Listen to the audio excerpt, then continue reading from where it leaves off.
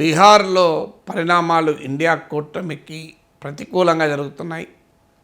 ఏ క్షణమైనా నితీష్ కుమార్ ఇండియా కూటమిని వదిలి కాంగ్రెస్ ఆర్జేడీలతో పొత్తు వదిలి మహాగఠబంధన్కు మళ్ళీ గుడ్ బై చెప్పి ఎన్డీఏ గూటికి చేరుతున్నాడు అంటూ వార్తలు వస్తున్నాయి.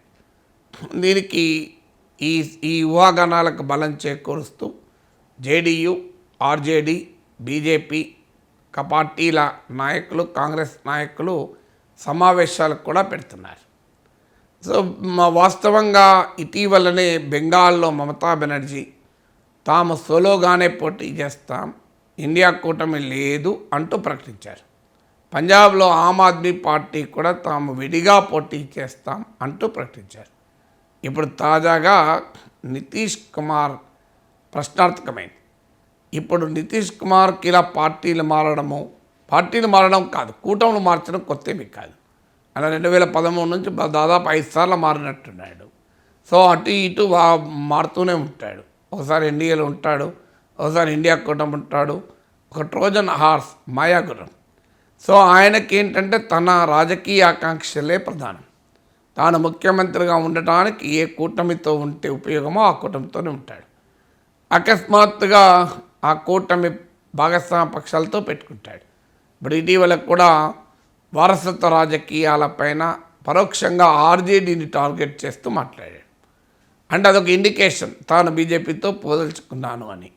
అంతకుముందు కూడా 2015లో మహాకూటమి తరఫునే గెలిచి సడన్గా ఆర్జేడీ అవినీతి, లాలూ కుటుంబ అవినీతి అంటూ మొదలుపెట్టాడు.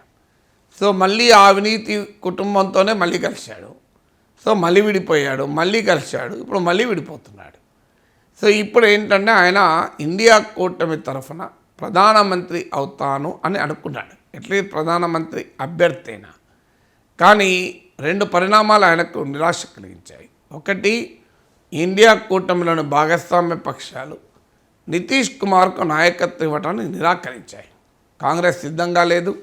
అలాగే ఇటీవల మమతా బెనర్జీ, అరవింద్ కేజ్రీవాల్కి కూడా మల్లికార్జున్ ఖర్గే పేరును ప్రస్తావించారు. అందువల్ల చాలా క్లియర్గా తనకు అవకాశం కనిపించలేదు. ఇండియా కూటమి మొట్టమొదటి సమావేశం పాట్నాలో తానే పెట్టాడు. కన్వీనర్ పదవి ఇవ్వటానికి కూటమి భాగస్వామ్య పక్షాలు సిద్ధపడ్డాయి. కానీ నితీష్ కుమార్ గురి అంతా ప్రధానమంత్రి పదవి పైన ఉంది. ఆయన ఇండియా కూటమిలో ఉండటానికి కూడా అదే ఆశ. రెండవ కారణం ఏంటంటే ఇప్పుడున్న రాజకీయ పరిణామాలు చూస్తుంటే మోడీని ఓడించి ప్రత్యామ్నాయ ప్రభుత్వం రావచ్చే అవకాశాలు చాలా తక్కువ కనబడుతున్నాయి. అందువల్ల కూడా తాను ఒకవేళ ఇండియా కూటమిలో ఉన్నా ప్రధానమంత్రి తర్వాత సంగతి, కేంద్ర మంత్రిగా ఉండలేం, ఆ తర్వాత బీహార్ ముఖ్యమంత్రిగా ఉండడం కూడా కష్టం. కానీ ఈసారి ఎన్నికల్లో గెలిచాక బీజేపీ బీహార్ కాదు చాలా రాష్ట్రాల్లో ఉన్న విపక్ష ప్రభుత్వాలతో ఆడుకుంటుంది, అందులో అనుమానమేం లేదు. అందువల్ల ఎలాగూ ఇండియా కూటమితో ఉంటే తన రాజకీయ ప్రయోజనాలు నెరవేరమని అంచనాకు వచ్చాక నితీష్ కుమార్ ఇప్పుడు మళ్ళీ ఎన్డీఏ వైపు చూస్తున్నాడు. సో నితీష్ కుమార్ తప్ప ఇది, ఆయన స్వభావం అది. ఇలా కొత్తగా కూటమి మార్చడం లేదు.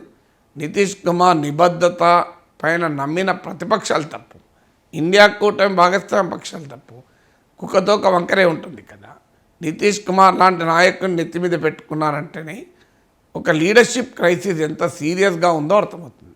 అంటే నాయకత్వ సంక్షోభము, నాయకత్వ లేమి ఏ స్థాయిలో ఉందో మనకు అర్థమవుతుంది. అందువల్ల చాలా క్లియర్గా ఇండియా కూటమి ఇలాంటి నేతల్ని ముందు పెట్టుకొని రాజకీయం చేయాలనుకోవడమే తప్పు. అందువల్ల ఇక బీజేపీ ఎత్తుగడ ఏంటంటే బెంగాల్, పంజాబ్ తర్వాత బీహార్లో కూడా పొత్తులు కుదరకపోతే అదొక పెద్ద అడ్వాంటేజ్గా బీజేపీకి టర్న్అవుట్ అవుతుంది. ఆల్రెడీ ఎస్పీ కాంగ్రెస్ల మధ్య కూడా పొత్తు అనుమానాస్పదమైంది. ఇక మిగిలేది ఏమీ ఉండదు. కాంగ్రెస్ పార్టీ పాత యూపీఏ ఉంటుంది తప్ప ఇండియా ఉండదు. యూపీఏ కూడా బీహార్లో బీటలు వాడుతుంది. అందువల్ల విపక్ష ఐక్యత ఇవాళ మోడీకి ఆయుధం.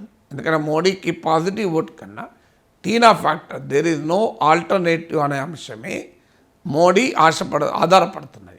అందువల్ల విపక్ష కూటమి మనోస్థైర్యాన్ని దెబ్బతీసి విపక్ష కూటమిని ఎవరికి వారే యమనా తీరే చేస్తే ఆటోమేటిక్గా అది బీజేపీకి కలిసి వస్తుంది. అందువల్ల వారు వెరీ పర్టికులర్గా ఉన్నాడు. అందుకే శివసేన చీల్చారు, ఎన్సీపీని చీల్చారు, ఇప్పుడు ఏకంగా జేడీయూను చీల్చాలని ప్రయత్నం చేసి చివరకు నితీష్ కుమార్ ఇటువైపు వస్తే మళ్ళీ ఆయన కలుపుకున్నారు. ఇలా ఇప్పుడు పంజాబ్లో శిరోమణి అకాలీదళ్ కలుపుకోవాలని చూస్తున్నారు. ఆంధ్రప్రదేశ్లో తెలుగుదేశం కలుపుకోవడంపై ఇంకా తర్జనభర్జనలు జరుగుతున్నాయి.